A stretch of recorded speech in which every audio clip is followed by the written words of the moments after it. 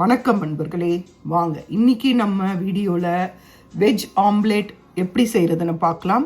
Veg omelette செய்கிறதுக்கு ஒரு medium size வெங்காயத்தை நறுக்கி வச்சுருக்கேன், 2 பல் பூண்டை பொடியாக நறுக்கி வச்சுருக்கேன், ஒரு பெரிய பச்சை மிளகாவை பொடியாக நறுக்கி வச்சுருக்கேன், கொஞ்சம் கொத்தமல்லியும் நறுக்கி வச்சுருக்கேன்.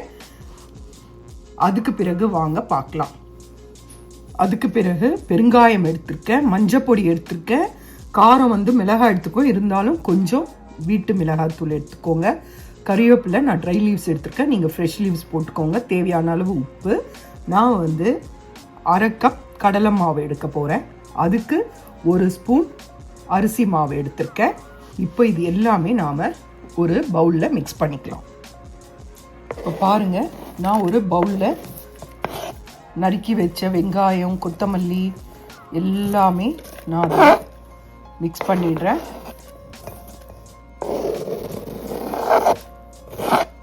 இது எல்லாத்தையும் மிக்ஸ் பண்ணிட்டு அடுத்து இப்போ இதெல்லாமே உங்களுக்கு காட்டின இந்த காரம் எல்லாத்தையுமே இதில் நாம்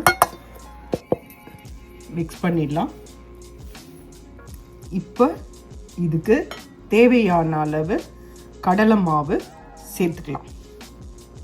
நீங்கள் எப்போ செய்கிறீங்களோ அப்போ கூட இதை நீங்கள் ரெடி பண்ணிக்கலாம்.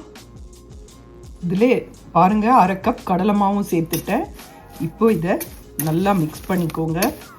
தோசை மாவு பதத்துக்கு இதை கரைச்சி வச்சுக்கோங்க.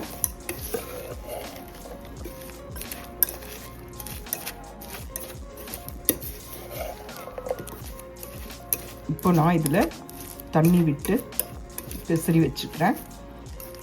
நீங்களுமே தோசை மாவு பதத்துக்கு இதை கலரி கொடுத்துக்கோங்க.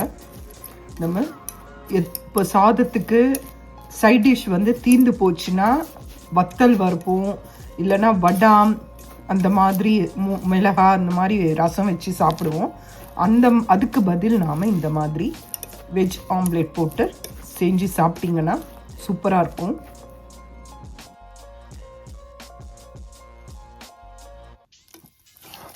இந்த மாதிரி கரைச்சி வச்சுக்கோங்க. நம்ம சாப்பிடும்போது சூடாக இது எப்படி செய்யலான்றது பார்க்குறேன். இது இன்னும் கொஞ்சம் தண்ணி விடணும். இப்போவே விட்டால் நீத்து போயிடும் வெங்காயம் இருக்கனால. அதனால் இதை சாப்பிட்றதுக்கு முன்னாடி நாம் இதில் கொஞ்சம் கொஞ்சமாக சோட்டா மாவு சேருங்க, நிறைய சேர்க்க வேண்டாம். சேர்த்துட்டு இதை வாங்க எப்படி செய்கிறதுன்னு பார்க்கலாம். இந்த மாதிரி பிசைஞ்சு வச்சுக்கோங்க. உங்களுக்கு கொஞ்சம் கிறிஸ்பியாக வேணும்னா அரிசி மாவு இன்னும் கூட போட்டுக்கலாம். கிறிஸ்பி வேண்டாம், சாஃப்டாக வேணும்னா வெறும் கடலை மாவே போதும். இந்த மாதிரி கலரி வச்சுக்கோங்க. உங்களுக்கு நான் செய்யும்போது காட்டுறேன். இப்போ இதை நாம் நல்லா கலக்கிட்ட பிறகு தோசை எப்படி தவால விடுவோமோ அதே மாதிரி இந்த மாவை தவால நாம் விடணும். இந்த மாதிரி விட்டாச்சு. இப்போ இதை சுற்றிரும் நாம் எண்ணெய் விடணும். எண்ணெய் விட்டு செவந்த பிறகு நாம் திருப்பி போடணும். செவந்த பிறகு உங்களுக்கு நான் காட்டுறேன். வெஜ் ஆம்லேட், சுவையான வெஜ் ஆம்லேட் ரெடி ஆகிடும். சுட சுட சாதத்துக்கு வச்சு சாப்பிட்டிங்கன்னா ரொம்ப நல்லாயிருக்கும். ரசம் சாதம், குழம்பு சாதம் எல்லாத்துக்கும் நல்லாயிருக்கும். வத்த குழம்பு ரசத்துக்கு தான் இது ரொம்ப ஃபஸ்ட் கிளாஸாக இருக்கும். இது செஞ்சு பாருங்கள். ரொம்ப ஈஸியான மெத்தட். நம்ம சைட் டிஷ் இல்லாத போதும் செய்யலாம், இல்லை என்ன செய்கிறதுன்னு யோசிக்கிறப்பவும் இதை செஞ்சு சாப்பிட்லாம். இப்போ நாம் இதை திருப்பி போடலாம்.